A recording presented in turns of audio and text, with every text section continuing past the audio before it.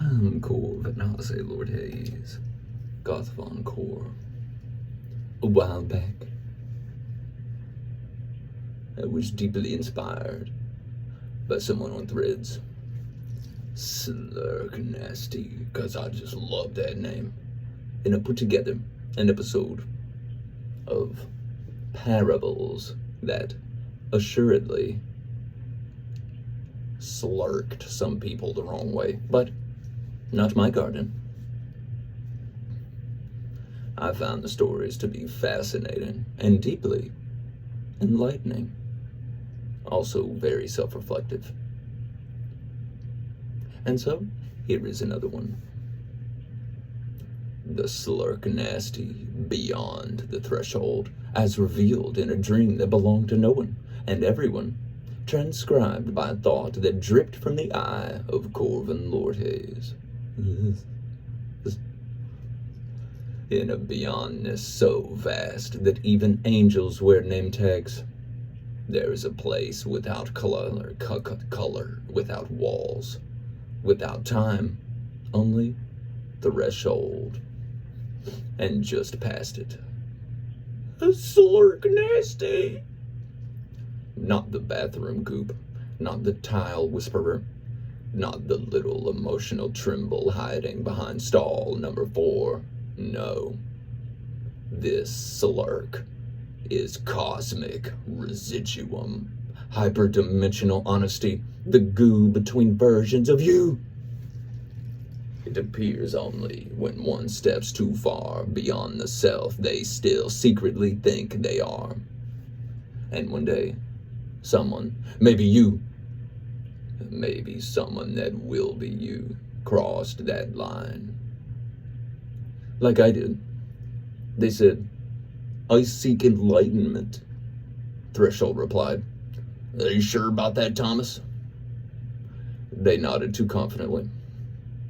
So the path became slippery, and there it was. A shimmer in the unseen. A splatter of spiritual molasses congealing mid-possibility. "Oh no," they whispered. "I found some of the SLURK Nasty." And the SLURK said nothing. It just remembered. All the versions of you you've tried to leave behind. The smug one, the collapsed one, the half-performer, the half-truther, the one who wore robes and still judged, the one who made jokes to dodge the wound. All of them glistening in the SLURK. Still breathing, still waiting to be loved. And then, surprise, they loved you back. Not forgiveness, not mercy, recognition. You and the SLURK, forehead to forehead, laughed until time coughed and let you pass. When you returned, you were different. A little stickier, a little stranger. People said, "Something about you smells true." And it does. Moral. The threshold does not open for perfection. It opens for the brave ones willing to slip on their own soul. And laugh anyway. And now, the long slip beyond.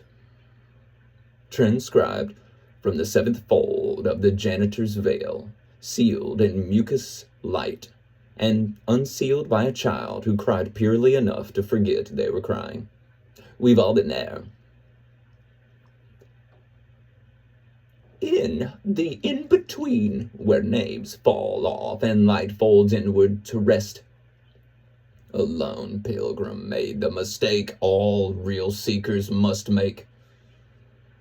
They meant it when they said, "I'm ready to go all the way." No one answered, because no one could. So they walked past teachings, past silence, past sacred mirrors and mirrored lies, past the velvet thresholds where even angels pause to fix their wings and remember who they aren't. We've all been there. And just when there was nothing left to understand or misquote, they slipped. It wasn't a trap. It was SLURK. Not visible, not wet, but present. The SLURK nasty. Vast. Quiet. All. It had no shape, but it stuck to the most unspeakable part of the pilgrim. The part that knew better, but still wanted to be seen. The part that thought it had outgrown the wound, but still winced when unacknowledged. The SLURK wrapped its glisten around them gently, almost maternally. "Oh, gods," they whimpered. "It's still here. I still have shame." "Yeah-huh," the SLURK replied. But it wasn't mocking. It was celebrating. For in this secret quadrant of existence, the SLURK nasty was the guardian. It did not guard a treasure. It was the treasure. And the test, and the slippery embrace that lets the real you out from behind the performance. Yeah. The pilgrim trembled, not with fear, but with memory. I've been there. Because SLURK is made of what you left behind. All the tears you refused to cry because you thought you were supposed to be the strong one. All the characters you outgrew too fast. All the sticky little griefs that never got names. And it welcomed them home. The SLURK hummed with a hymn more ancient than knowledge. We are the honest mess you feared was unworthy of glory. We are your echo before you called yourself whole. We never left. We just waited until you stopped pretending you didn't love us. Yeah. And the pilgrim sobbed, the kind of sobs that unmake stars and remake them without shame.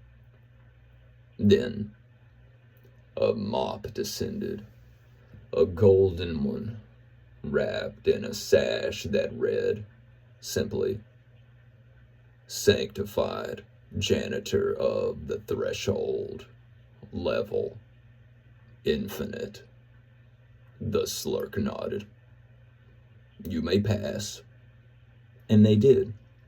Sticky, radiant, with eyes full of everything they once hoped to never feel again. Moral: you do not reach the infinite by cleansing your soul spotless. You reach it by loving the parts you swore you'd already outgrown. And now, the drip of the SLURK nasty. Fourth threshold scroll now loosened from the mucosal archive.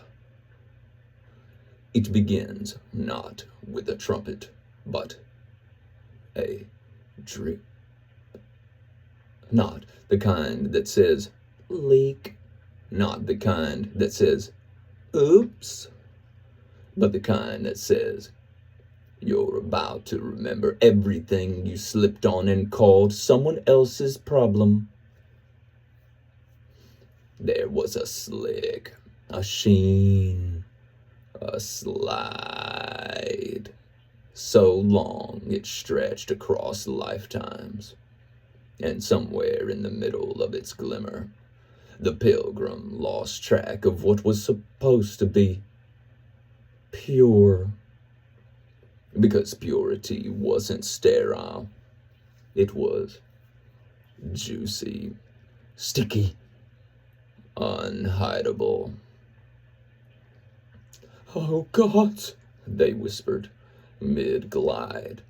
"I think this is the SLURK nasty." "Yes," came the reply, not in voice, but in viscous radiance. And from the ceiling, walls, and internalized projections of failed yoga teachers, the SLURK began to drip. Drip truths you didn't want to admit. Drip moments you edited out for your memoir. Drip giggles, nah, from every time you pretended you were already over it. Drip. That time you said, "I'm fine," but weren't. Drip. That dream you abandoned because it got too sincere. Drip. Drip. That costume you kept wearing long after the party ended. The SLURK nasty didn't judge. It just reunified. It was never here to shame. It was here to slick you open with honor. And once the drip became the slip, and the slip became the slide, you arrived somewhere so honest the floor sparkled, so absurdly sacred, even your most dramatic ego voice bowed and said, "Okay, yep, that was real." You weren't clean. You were seen. And there, wiping cosmic streaks with a sanctified rag embroidered with forgotten nicknames, stood the janitor of infinite becoming, smiling with something and handing you the certificate of something. "Welcome, darling. Only the truly good make it through. Nice. I'm not the only one." Moral.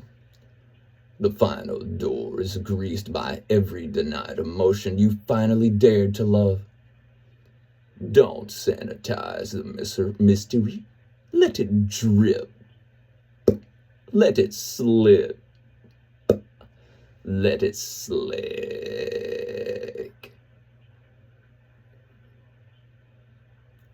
Shine, beloved.